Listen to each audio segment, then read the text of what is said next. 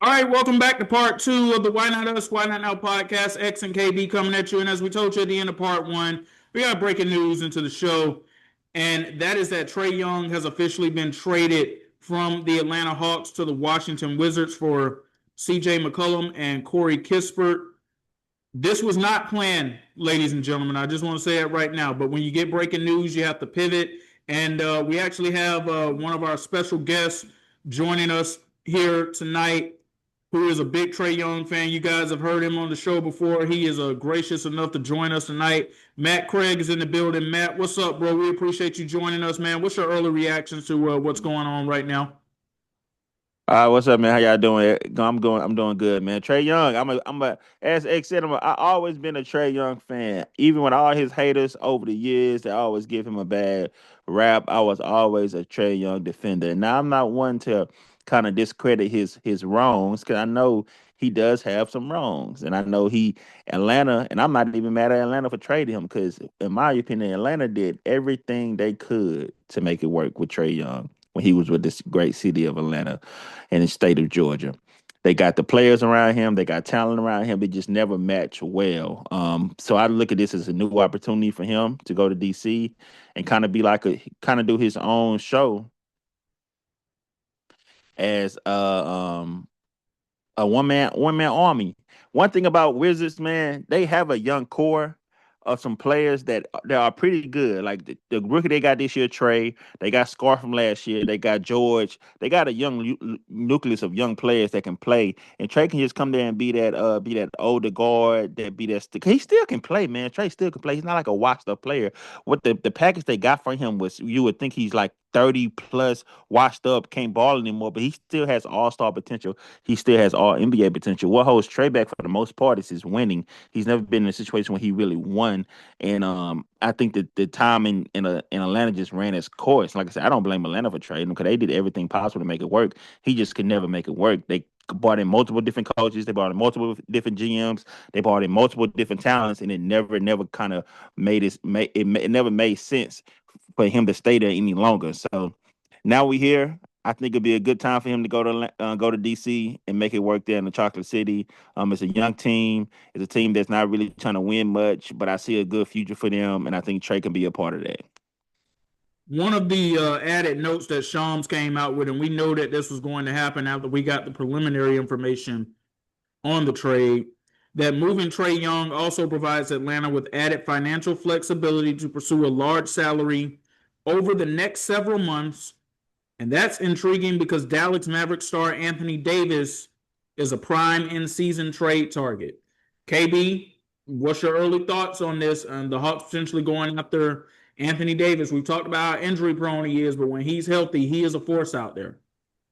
I mean, yeah, I think that's the only way that this move makes sense. Like, of course, CJ McCollum having an expiring contract was appealing to the Hawks, and them wanting to move off of Trey's contract with him having another year, as far as like whether he would opt in or opt out, that was a question.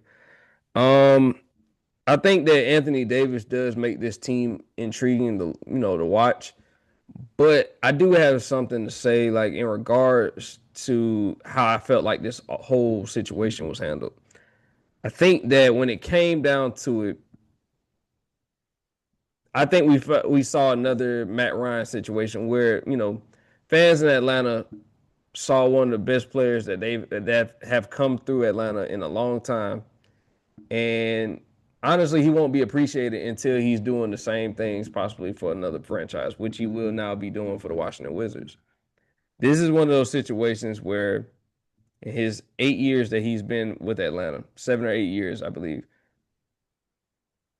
Matt, the only thing I love what you were saying, brother, but I gotta disagree. I felt like that a lot of his tenure was wasted because of front office incompetence. Especially when he first got here, he was asked to take a team that had guys like John Collins, Kevin Herter. He was asked to take those guys along and just figure it out. Then he had to deal with the incompetence of a Landry Fields, who made a trade that ultimately the Hawks are still paying for to this day with the DeJounte Murray trade. you also looked at the fact that this year Trae Young gets injured early. The team goes on a little run without him, but he hasn't had time to really mesh with the guys they went out and got for him. Trae Young, Jalen Johnson, and Kristaps Porzingis have played a combined 42 minutes together. It's not even in a full NBA game. Porzingis being out has more significance than Trae Young's, play on the court this year, because I felt like that with a guy like Trae, who is a smaller guard who struggles on defense, the only thing that would help him out more than anything else is a rim protector. Kristaps Porzingis' lack of availability because of his illness has caused the Hawks to give up a lot of points this year. But I think that Trae Young was used as a scapegoat for a lot of this season. And I don't think that some of it is warranted, but some of it wasn't. Because if you're going to look at that, you also have to look at the other factors that went into the fact that, the Hawks are not a great team. Because no matter if they made the trade or did not make the trade, the Hawks are still not a great team. If you look at the games that they won, especially early in the season when they went on a 5-game win streak, those 5 games that they played, they had wins against the Los Angeles Lakers, the Los Angeles Clippers, the Sacramento Kings, Utah Jazz, and I believe it was I'm kind of sketchy on the last one. But outside of the Los Angeles Lakers, you have not there's not a team that I named in those 5 teams, because I looked at it earlier, but I cannot recall. There's not a team in those 5 teams that is considered right now a great team. So a lot of the meshing that they were doing was great, but to act like they were such a better team without him is kind of laughable, because before he came back, they were on, I believe, a 2 or 3 game losing streak. He comes back, they continue the losing streak. So he was being outed as the scapegoat for whatever reason, but they are not a great defensive team with or without Trae Young. They have shown that they can give up points in bunches, and it ain't because of him. I think that their current roster construction makes more sense when Kristaps Porzingis plays, because Onyeka Okongwu, while he is a great player, he's 6'9". There's not too much that he can do to stop some of the best centers in the league. So I think that some of the criticism against Trae Young was warranted when it came to, how he fit into this overall scheme of the team. But I think that some of it was unfair because of the fact that when you look at Jalen Johnson's emergence this season, they had to find somebody to put the blame on. And the last thing I'll say is the one person who I felt like has escaped a lot of accountability is Quinn Snyder. Quinn Snyder hasn't been held hasn't accepted really any accountability for what the Hawks haven't become this season. I don't think that he's really meant for Atlanta, but that's, my spill on it. But I'll send it back over to you, X. So we got Devon Ashby also joining us. He is not a Washington Wizards fan, but he is from the DC DMV area. And Dev, even though you're not a fan of this team, I do have to say them acquiring a player of Trae Young's caliber, no matter what anybody may think of him, myself included, some of the holes in his game. He is a 4-time NBA All-Star. He is one of the highlight reels and the highlight shows of this league when he is on. This has to be the most exciting day for this organization since the days of John Wall. Would you agree? Yeah, just based off of the group chats I'm in, it's already kind of getting up there. It's like the main thing I feel like is this is definitely going to get some juice in the fan base. There's a lot of people that probably, even people like myself who may not initially care that much about them, will at least go to a game or two. Like this is going to get butts and seats. This is going to get, like you said, it seemed like they're starting to form, even if Trae, I don't know if he's the long-term answer because I don't know how he's going to fit next to Trae Johnson, but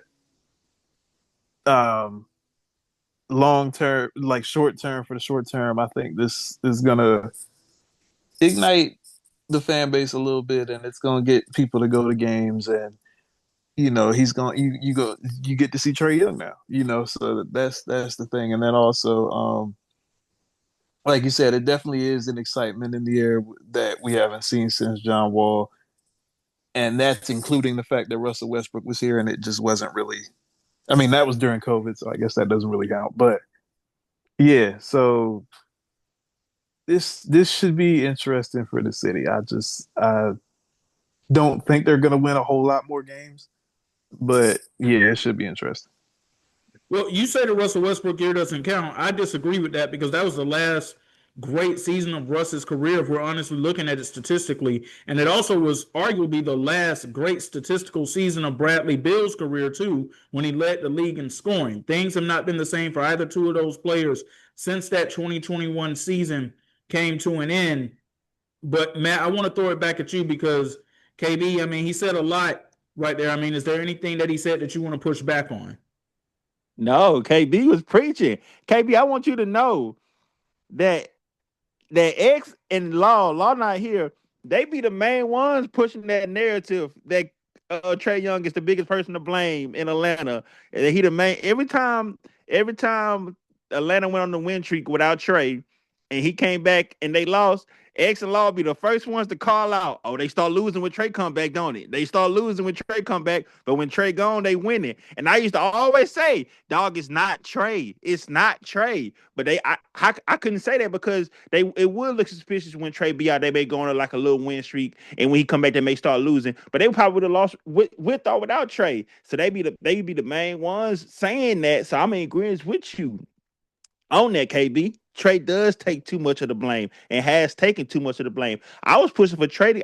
I mean, I know you, KB. You a Atlanta fan, Hawks fan, Yeah. or no? Yeah. Okay, I know you're an Atlanta fan, so I know you're not trying to hear this because I'm not. That's not my team, so it's hard for me to say this. But I was pushing for Trae to get traded a while ago. Last summer, I was saying Trae, because I'm a Trae fan, and I was just tired of him getting the bulk of the blame for all the situations that was happening in Atlanta because I knew it wasn't his fault. So I know you as a fan don't want to see him get traded, especially for what I traded for. If we being honest, he is a 4-time All-Star. He's still in his prime, getting a CJ. What's his last name? I forget his last name. McCollum. Getting CJ, and the other guy's decent, but still, like, getting that, no draft picks, no nothing, for a Trae Young, a top 5 pick, a 4-time All-Star who's still in his prime, who still has a chance to be in his prime, to get no picks for a guy like that. It's like they sold so low on him just because they wanted to get him out the building, because they felt like he was the sole reason why they couldn't get over the hump. And like you said, you pointed out a lot of good examples of the coaching, of the GM, of players being injured, but all of it always came back to being blamed on Trae. So that's what, for me as a fan of him as a player, was like, man, I just want him to get out of Atlanta. I just want him to get out of Atlanta so they can see the star that he really is, so he can go somewhere else and show them who he really is. Because I was saying before this trade, Trae was the most talented player Atlanta had in like 20 years. I even, and KB, I know you're a fan. I'm not trying to discredit you. I even said Trae was more talented than Joe Johnson, in my opinion. And I love Big Shot Joe. But I was saying Trae was better than, he was a more talented, not better player, but just more talented than Joe Johnson. So I'm 100% agreeing with you. But I just wanted him out there as a fan of Trae Young himself, not a fan of the Atlanta Hawks. I do cheer for Atlanta, but not a fan of Atlanta Hawks as a team. But just being a fan of Trae Young, I just wanted him to get out of there because I feel like he was getting blamed for too much for what was going on in Atlanta. And I just needed him to get away from them and them to get away from him so they can really see who's at fault. And then we could really talk about how the team's going to go from here on. Do I think now that Trae's gone, the team's going to take off and start winning playoff series and start winning games and making playoffs run? No, I don't. I still think they missing pieces. And I like Jalen Johnson as a player, but I don't know if he's that type of player to carry a team on his franchise and take them to the playoffs. So we'll see. We'll see what happens from here. But I'm at agreement with a lot of what you're saying, KB. So we're not really disagreeing. It's just that you're looking at it as a fan of the team, and I'm looking at it as just a fan of Trae. That's fair. That's fair. And Yeah. another thing I did want to throw out at y'all, it's kind of like when we talked about the narrative that the Hawks have just been playing so much better, like without Trae. I want to throw out a stat that's kind of like, because it does go back to what I said of who have you actually played. In 11 combined games against the Knicks, against the Bulls, the Detroit Pistons, and the Toronto Raptors. The Hawks are 1-11. No, I'm sorry, 1-10. I'm sorry. They have only the only win coming against the New York Knicks, and that was recent. They have not beaten some of the best teams in the East. I think the narrative is that they've been playing so great. The Hawks are not one of the best teams right now in the East, and they have not beaten the cream of the crop when it comes to the Eastern Conference. They are not what people are trying to make it out, but I think that what it is that once a narrative gets started, it's kind of hard for you to shake certain narrative or shake certain stigmas about a player because of what it is. Because my whole point is, if we're going to hold Trae accountable for his lack of defensive presence or his lack of effort on defense, we got to hold other players accountable for the same thing, because we don't hold Dyson Daniels accountable on offense when he's literally a liability on offense late in games with his lack of outside shooting. We don't hold, like, we talk about Luka, but Luka is a bigger player who feels like he gets even more leeway when it comes to defense, and he's more capable of playing defense, being a bigger guy who can guard his position as well as other positions. He can literally, his size should be able to guard 1 through 3. Luka cannot guard anyone, and yet he gets kind of a pass because of what he does on offense. But I'm just saying, I'm not saying that Trae and Luka are comparable players on offense, because they have different ways that they affect the game. But what I'm saying is, if we're going to hold that standard for one player, then we got to make sure that it's accountable across the whole board. Like, if we're going to say you should be able to do this and you should not be a cone on defense, well, if that's the case, then we got cones all over the NBA, because as great as Jalen Johnson ain't locking nobody up on defense. He ain't one of the best defenders right now in the NBA. If anything, he's a negative right now on defense, but because of what he does on the offensive side of the ball, it often gets overlooked. I'm just saying, if we're going to use Trae as the scapegoat, let's make it fair and let's make it across the board that we're actually going to say, for people, because like I said, when people look at the box scores and they look at stats, it's easy to say, oh yeah, Trae, he gave up 30 points to such and such. But if you watch the game, like I'm watching some of these games, the Hawks don't have a complete defensive unit to stop anyone, which is why they give up so many points. They don't have a rim protector that plays consistently, which is why they need someone like Anthony Davis. Because if he does play, that solves your problem. But while, Kristaps Porzingis has been in and out of the lineup, it's kind of hard to really, build that continuity and be able to say that I have a real rim protector. We don't have that right now. So that's why I felt like the trade ultimately went down. He didn't fit the direction of the team, because they're trying to. I don't know what they're trying to build right now, X. I'm gonna be honest. I'm Yeah, kind but of you brought up a name that literally just led us down, I'm sure, probably Matt's favorite rabbit hole when you brought up Luka Doncic's name and his lack of defense, because he gets on to me and Lawrence all the time when we don't point that out enough. And we always talk more so about LeBron, even though what we see is that LeBron is out there being still, but we have been calling out Luka's lack of defense too. Before Matt chimes in on that, though, Lawrence is also now joining us. Lawrence was the one who broke the news to us in the chat that Trae had been traded. Lawrence, what's your early reaction, bro? Well, happy to be on here with you all this evening. To me, it's just like, I understand, and I don't know what's all been said, but I understand why the trade had to happen for both sides. To me, I just wonder, if you're Trae Young, why was Washington your favorite destination? To me, the only reason I was able to come up with was the money. Like, you get to keep majority of the money. No one's going to ask you to restructure a deal.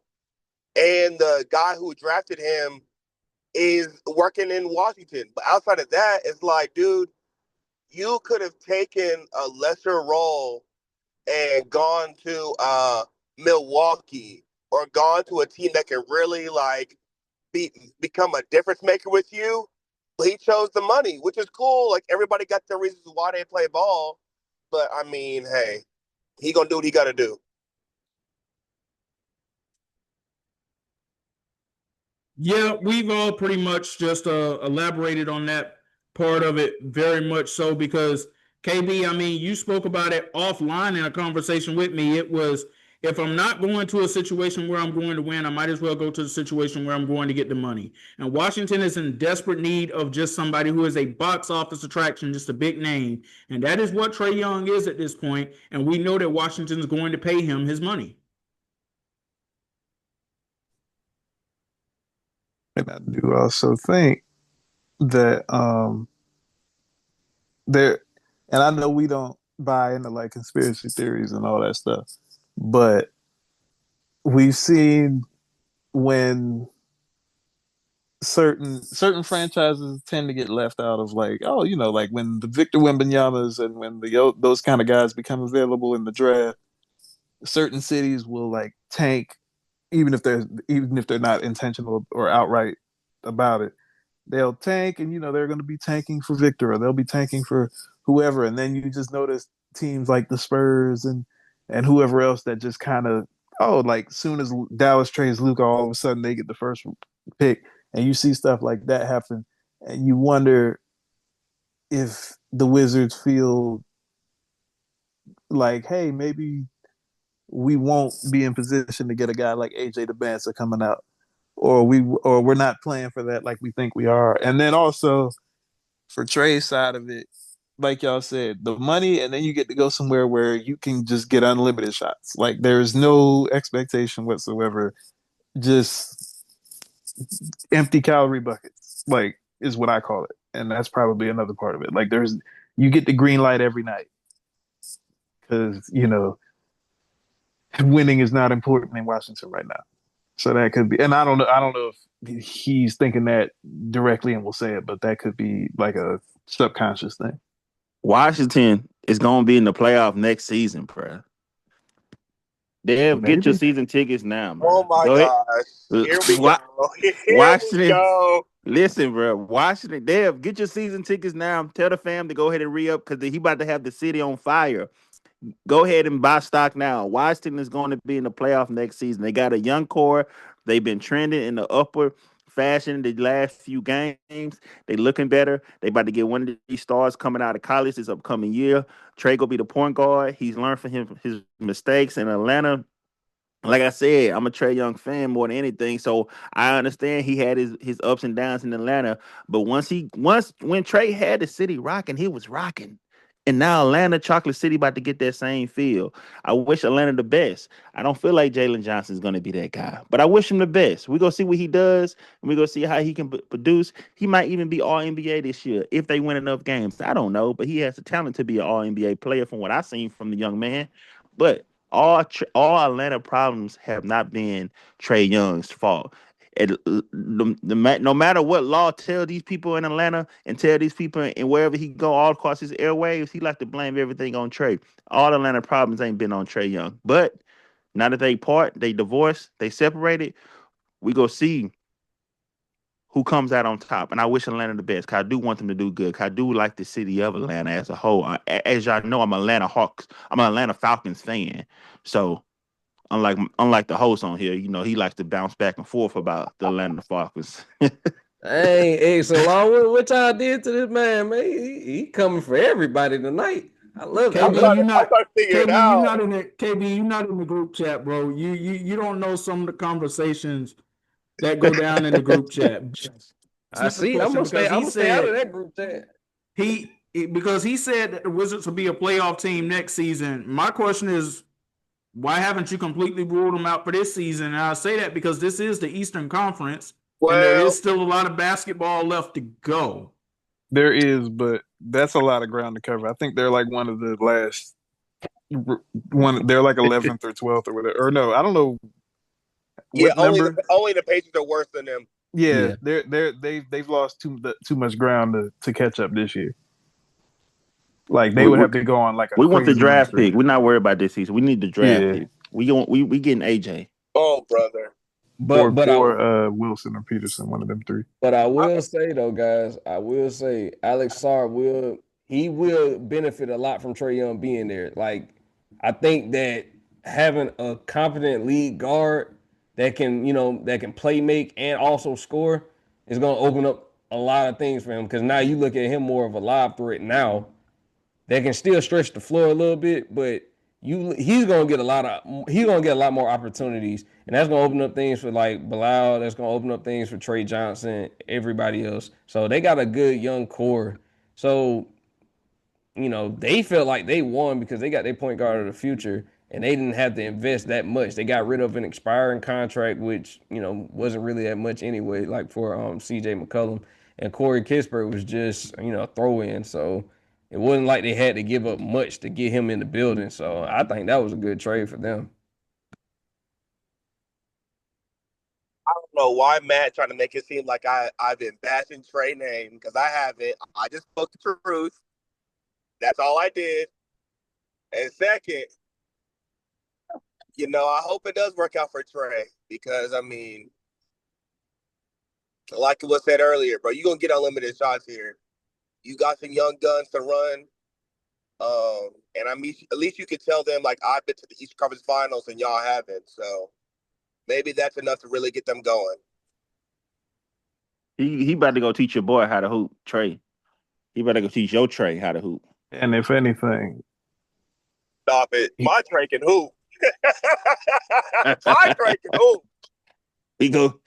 All right, we gonna see. the younger Trae has been balling this year, though. I ain't gonna hold you. He's been balling. He averaging about 12, but with Trae Young, he'll bounce back about 15, 16 a game. But that's it. That's all I got. I ain't got nothing else. That's my bad. I appreciate for letting us join you for this topic. Yes, sir. I appreciate y'all taking the time on such short notice to come on and join as we break the news here once again. If you're just joining us, Trae Young has been traded from the Atlanta Hawks to the Washington Wizards. So one of the most exciting eras in Atlanta Hawks history has officially come to an end, and we will see where the Hawks go from here, and we will see where the Wizards go from here now with Trae Young as their future franchise player going forward. Fellas, we appreciate y'all joining us this evening to discuss this. No problem. Thank y'all. Have a good night. Appreciate you. Appreciate it. All right, KB. So now we can get back to some NFL playoff talk here, breaking down the Trae Young trade. So the first one that I want to discuss, I'm going to take them in order now. We're going to talk about the Rams and the Panthers. I don't have too much to say. I don't believe that it's going to be a duplicate of what we saw in the regular season. I don't think the Carolina Panthers are going to go into their home and upset the Los Angeles Rams. I think the Rams, hey, it's playoff time now. They know it's coming down to business. They had a choppy end to the end of their regular season, but I feel like they got some things cleaned up in that second half against Arizona, and I think it will now lead over into the playoffs. Should be noted that Cam Newton will be coming out to beat the drum for the Carolina Panthers on Saturday. That's exciting. We're glad to see that. But beat the traffic, folks. I don't see it going too well. Yeah, and with Devontae Adams returning, they have another. They're getting back the league leader in receiving touchdowns this year. I think that LA is going to right the wrongs that they had earlier in the season when they were defeated by Carolina in Carolina. I think that defense is going to be all over Bryce Young. So I do expect this to be LA winning big on the road, and I don't expect much fight from Carolina, to be honest.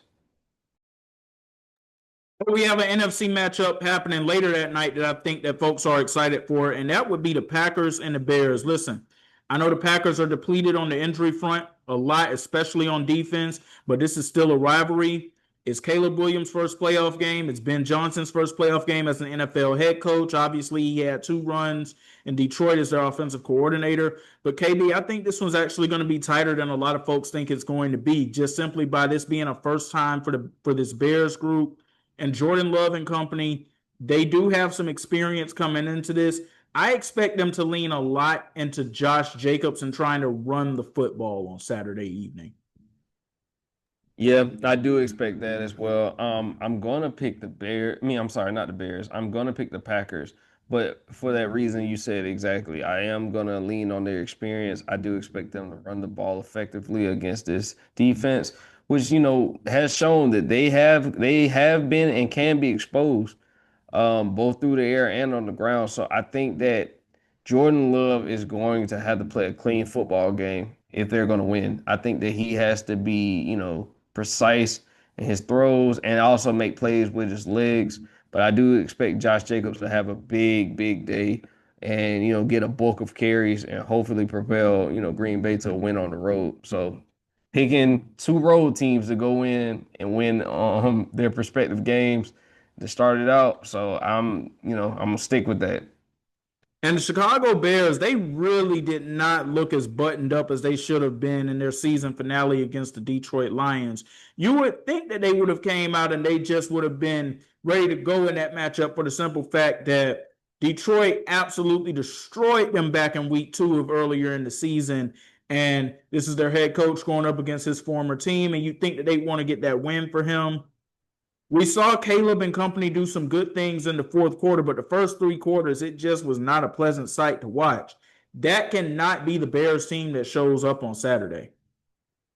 And that honestly was just, a continuance of them not looking good because also they looked bad against the San Francisco 49ers where they gave up 42 points, I believe. Like they had a string of games where they just did not look dominant in games where there were a lot of eyes and they needed to make a statement going into the playoffs. And I think that made them look a little bit more vulnerable going into the playoffs because I'm guarantee you Matt LaFleur, as smart as a head coach as he is, he saw something that he could exploit through that defense especially. So I'm looking at him to go back to the film. I expect his team to come ready. I expect Jordan Love to be ready. I know that we talked about him as a possible MVP contender this year at one point. I expect them to play well. I'm like I said, I'm leaning heavily on the experience right now.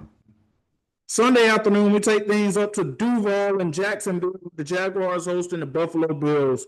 Buffalo opens up as a 1.5 point favorite on the road. I'm not buying it, KB. I think Jacksonville is going to get this done. I think that they are going to show a lot of people what they're really about on Sunday. I believe in what it is that I'm seeing from this team right now as a whole. And ever since I came onto our show and I said that I was no longer buying into what Trevor Lawrence was, he has made me eat crow ever since. I'm all in on what this team is doing. A large part of it because of Liam Cohen and how much I know he was missed in Tampa earlier this year. Should be noted, too, that Todd Bowles will officially be back as the Buccaneers head coach in 2026, but he says that changes are coming to that staff. So give me Jacksonville to win this one in what I think will be a tight one, but give me Jacksonville to win it. And I think that this very well could be Sean McDermott's swan song with the Buffalo Bills. Yeah, and this type of matchup shows why winning the AFC East was so important because now you go into a hostile territory that's going to be rocking. Like Jacksonville, this is their moment. This is the best shot they've had since the days of Jalen Ramsey to actually go into the playoffs with a chance to actually compete for a Super Bowl. Josh Allen is going to have to play lights out, and he's going to have to do his best of a carry job, him and James Cook, that they've done all season. I don't like this matchup for them. I don't. Just from a defensive standpoint, I think that Jacksonville's defense matches up really, really well against Buffalo. And if Trevor Lawrence does his job and comes out and at least just, he doesn't have to be a game changer in this game. I think that he just has to manage the game, control the pace, make plays with his legs. I think that they have to have some type of run game as well because in games this season, we've seen Buffalo's run game be exploited a lot. So I'm going to pick Jacksonville. I don't believe the spread at all. I don't because I think that this is a different type of Jacksonville we're seeing. This is one of those games where I don't feel like experience is going to come into play as much as it will in the first 2 games. I think that this is just a red hot team. And I think that this is just their moment. I think that Josh Allen will, I think if they go out and lose this game, Sean McDermott may be looking on the outside, looking in as far as next season being the Buffalo head coach.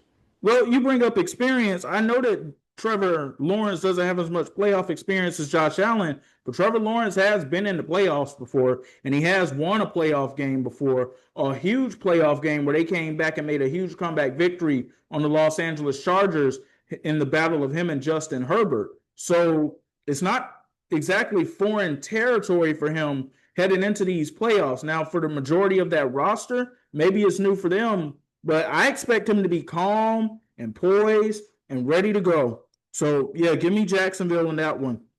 Later on Sunday evening, we got the battle of the 49ers and Eagles. It's a rematch of the NFC Championship game from 2 seasons ago.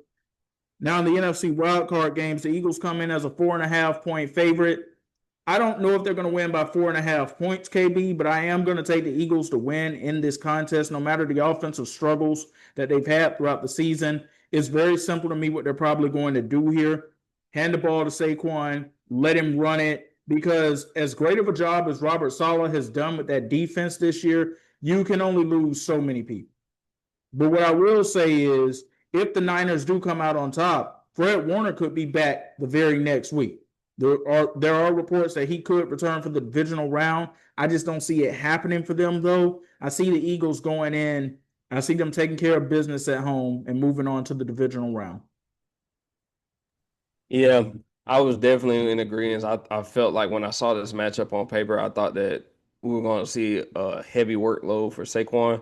And also, I want to say when it comes to San Francisco, while they had an amazing season, a season that I think a lot of people, don't give Kyle Shanahan enough credit for because of the injuries that he's had, especially on the defensive side of the ball. I think that, there is something to say about the job that he's done there.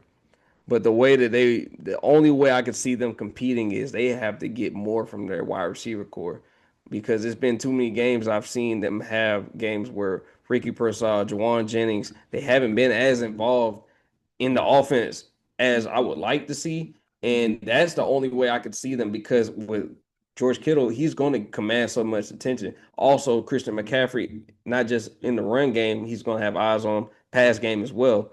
I think that he is going to have to get his wide receiving core to give him something. I don't know much like what they could give him, but they have to provide something as another, outlet for Brock Purdy. And Brock Purdy is going to have to make plays, point blank, period.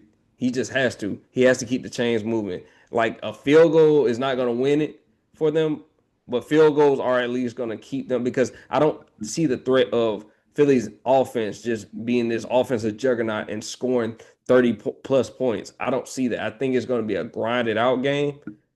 But if they can make enough plays to keep it close, then we'll see. Anything can happen. I'm still picking Philly, but they got to keep it close enough to make it interesting late.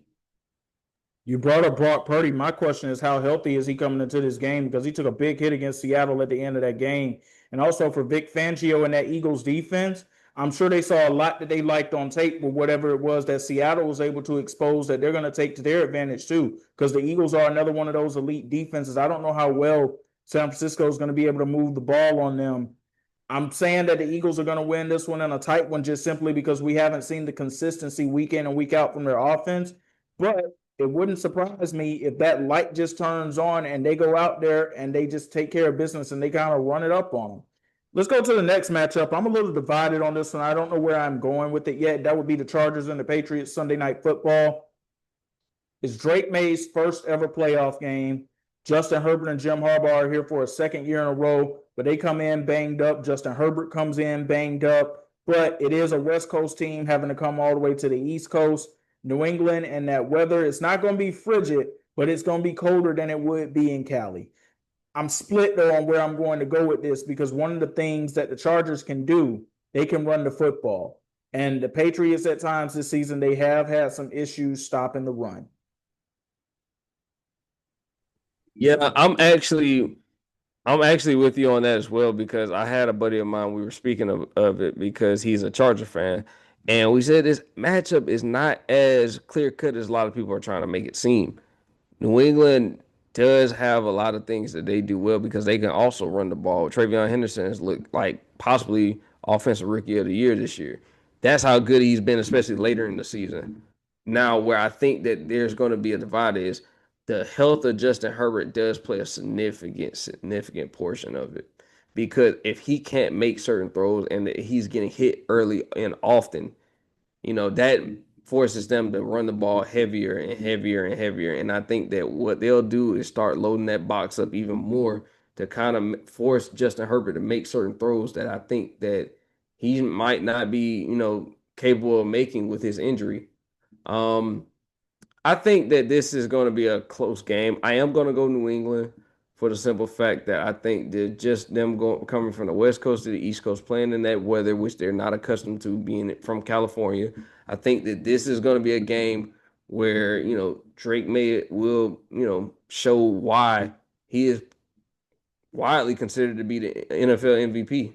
I think that this is why one of those games where he can make a statement because right now, New England has a lot going for them. They started to, dip off a little bit, but they also had games where they looked completely dominant. I don't expect them to lose this one. I think that this team is set up for a Super Bowl run, and I do see them advancing to the divisional round.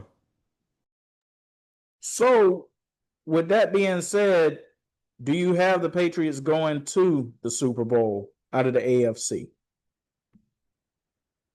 I tell you what, out of the AFC, it's only two teams that I have a lot of confidence in because I feel like they have the least amount of weaknesses. That's New England. Before you continue, before you say that second team, Mhm. have we talked about who that second team is yet? Yes. Okay, all right. Yes. I was going to say my second team would be Jacksonville. Just because and like I said, they're my dark horse sleeper team. But it's not more so sleeper because of the lack of talent. I actually believe in them because when I've watched them, I see them as more of a complete team than, another team that has not been mentioned. I see, they don't have necessarily the offensive struggles as said team, but I do think that their defense is, one of the best defenses in the league this year. And I think that, with New England, I just always have been, a fan of their team this year completely. I think that Drake May, he looks poised.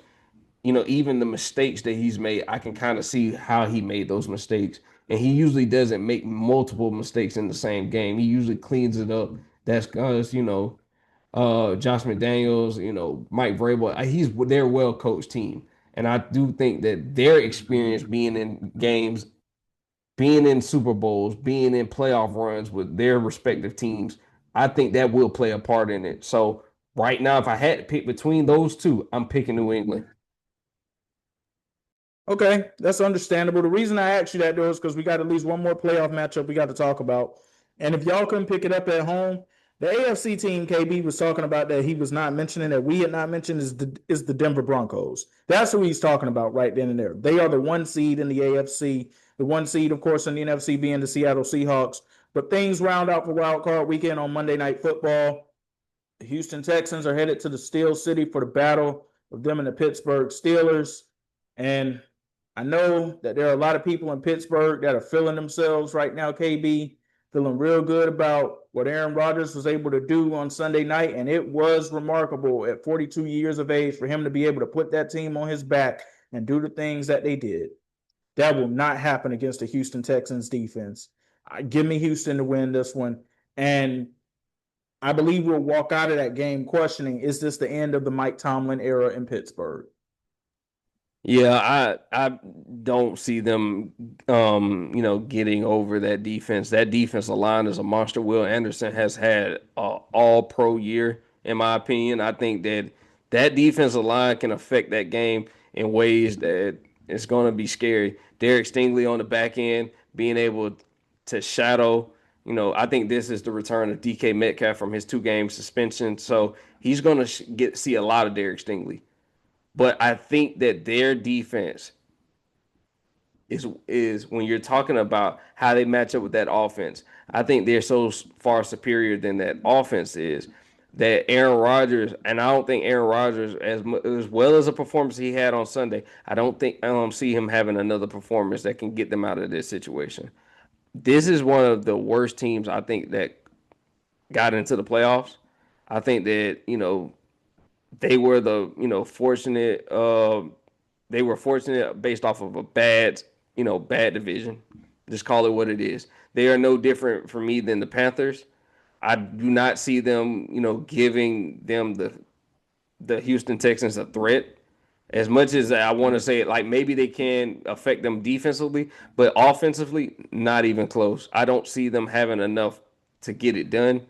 We talked about the Mike Tomlin era. This may also be the end of an era when it comes to Aaron Rodgers as well, because we have no idea what he's going to do, given the fact that he is 42 years old. So we don't know if this may be the end of two eras. And that defense in Houston is so ferocious. I'm hoping Aaron is just able to make it out of there standing upright, to be quite honest with you, because they are going to get after him in ways that Baltimore was not able to on Sunday night. By the way, now that the regular season is over and the dust is pretty much settled and the playoffs are not a factor for anything like this, who do you believe is going to end up taking home the NFL MVP award? If I had to put a vote in, it would be Drake May. I think that considering the last 3 weeks of the NFL season, I had previously Matt Stafford. It was his award to lose. And I think that, the play of not only him, but the Rams kind of, he may have just lost it towards the end, especially when the entire world, not the entire world, but the entire country watching that Monday night game against the Atlanta Falcons. I think that it did him so much harm between that Seattle game and the second half of that Seattle game, and then the entirety of the game against the Atlanta Falcons. I think those two games specifically may have lost him the MVP. So if I had to say anybody, it would be Drake May. I'm going to actually go with you on this one. I think Drake May is going to end up winning the MVP award. If you look at the numbers, Matthew Stafford has put up better numbers, but those last two performances against Seattle and Atlanta, I think they did him more harm than they did him good. I know folks are going to look at but he played well against Arizona. We already talked in part one about how bad the Arizona Cardinals are. So, yeah, I do believe that it's going to be Drake May's award to end up losing in this one. It's a shame, though, how some of the things ended up playing out this season, because at one point it looked like Jonathan Taylor was going to end up being a true candidate for MVP in ways similar that Saquon Barkley and Derrick Henry were last season. But this is once again proven to be the quarterback's award once again. Yeah, and it's a shame that, we had so many deserving guys. It could have been MVP. You had Matt Stafford. You had Jackson Smith and Jigba, who had made his case, and who also may win, Offensive Player of the Year. Who knows how that will play out? But it's really hard to sustain greatness for an 18-game season, and we saw that because, like I said, you could literally lose it within a couple of weeks, and I think that's what happened with Matthew Stafford. I think as Drake May was on the rise, Matt Stafford kind of leveled out. And that's what the voters are going to look at. They're going to look at the stats overall, but they're also going to remember in the back of their mind, we saw the last few weeks of the season and it didn't look good, especially when you had a chance to lock up the number one seed. That is what was important.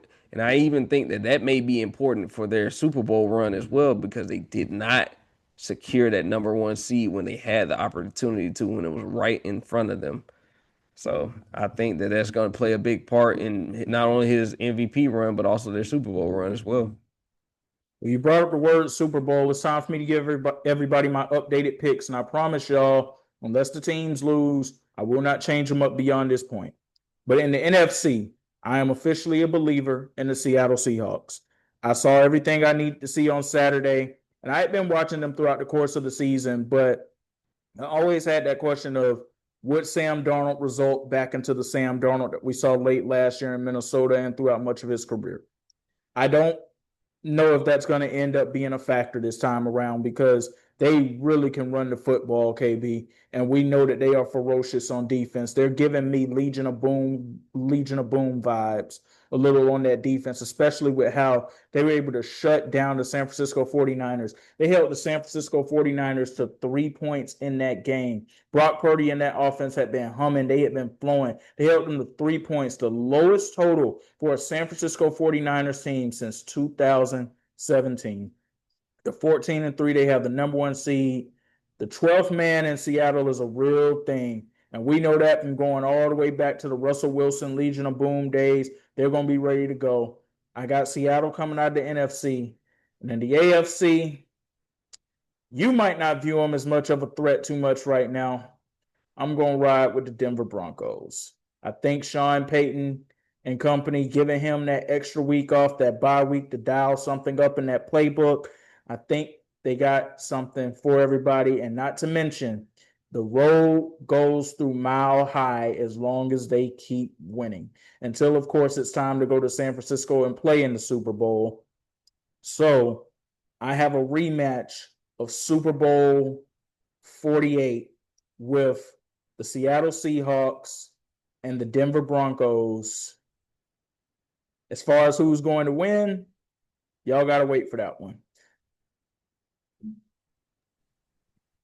It's not bad. It's not bad. I am not gonna lie though.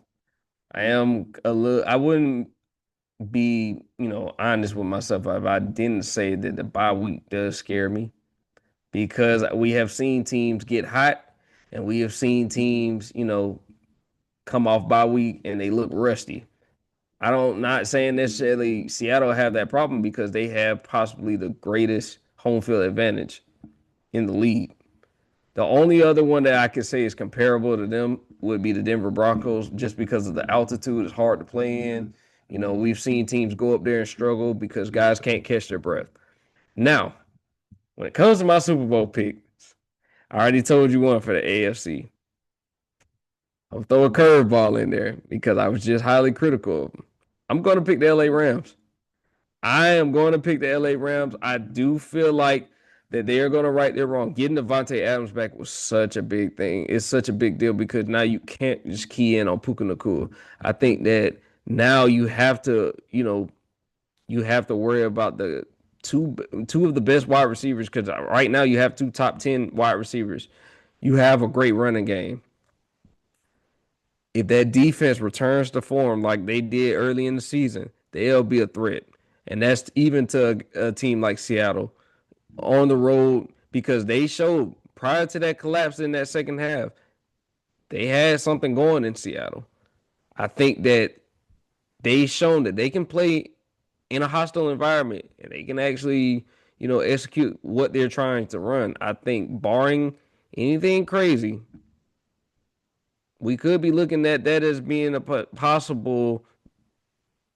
Yeah, we're looking at that possibly being the divisional matchup, actually. So it's very possible that we could get next round Seattle versus LA Rams. And I think the winner of that game is going to the Super Bowl no matter what. You're picking the Packers to win on Saturday, though, correct? Yes. I'm sorry. We're looking at that as being a possible NFC Championship game. My bad. I'm not thinking of the seeds right now. I'm just thinking of I think the LA Rams are the 6th seed, if I'm not mistaken. Yes. Okay. So yes, I'm thinking. Yeah. So that's correct. Then it'll be the possible NFC. No, they're the 5. That's my mistake. They're the 5 because they're taking on Carolina, who is definitely the 4 seed. Because they're the lowest ranked divisional champion. Okay. Yes. Okay. That's right then. Yep. So I think that'll be is either LA or Seattle for me. I could go back and forth on either one. I could honestly see both of them because I just love what Seattle has done this year. But I'm going to just lean a little bit more on the old vet in Matt Stafford. And I'm going to go with Matt Stafford and Sean McVay over Sam Darnold and Mike McDonald. I'm not mad at it because, believe it or not, they are my number 2 spot in the NFC. I was going back and forth with them in Seattle, but after what I saw on Saturday night, it's like, man, I cannot ignore what it is that Seattle is out there doing right now. Yeah, because honestly, with whatever they do in Carolina won't necessarily surprise me, because I'm not very high on the Carolina Panthers at all. So you going in and doing whatever to them doesn't move me as much, because honestly, this is one of the years where I felt like the NFC South didn't deserve anyone to represent. That's how bad they were overall. Absolutely. So you should not be rewarded for that. But I do feel like that LA can make a statement to this game. Like, yeah, we finished out bad, but we're still really good. Like, let me show you that this is the team that we've been throughout the season. Don't let the late season slump confuse you. We're still a very good football team. We can still win a Super Bowl. And I do think, because honestly, it's Seattle and LA. I don't see Philly as a threat as much as I did in years past. Now, if they get a home game in Philadelphia, they're hard to beat just because of the way that they play. They win ugly the best out of every team in the league. They're the only team I can say they win ugly often, and they do it the best. So I will say this though for you: if somehow Chicago does beat Green Bay, which is it's not out of the realm of possibility. They're the number 2 seed for a reason. If somehow Chicago beats Green Bay and the Eagles beat the 49ers, which we both picked them to do, the Eagles will go to Chicago and defeat the Bears in the divisional, and they'll be back in the NFC Championship game against either the Seahawks or the Rams, in my opinion. yeah, I think that, like I said, that second matchup, I don't see Chicago beating Philly. Even in Chicago, I still don't see it. Like, it would have been a great run, one of the greatest seasons that they've had in recent memory. But no, I don't see it. I don't see them beating Philly. But like you said, with them possibly beating Green Bay, it's not that hard to fathom just because it's a divisional matchup. The familiarity between the coaches and just the players itself, I think that's going to allow for a very close game, very tight game. It's going to come down who can make plays when it matters. And honestly, with Jordan Love being there before, he's seen some things that Caleb Williams just quite frankly has not. Like I said, I'm relying on Josh Jacobs to get it done on the ground more so than anything, because I think this is that type of game. All right, well, that's going to do it for another edition of the Why Not Us, Why Not Now podcast. We appreciate once again Matt, Lawrence, and Dev coming in and joining us on such short notice with the breaking news of Trae Young being traded from the Atlanta Hawks to the Washington Wizards. As always, we appreciate you all tuning in, listening, viewing with us, however you watch us, however you listen to us, wherever you get your podcast. We'll be back next week with another one. But for now, for KB, I'm X, and we're saying peace. Peace.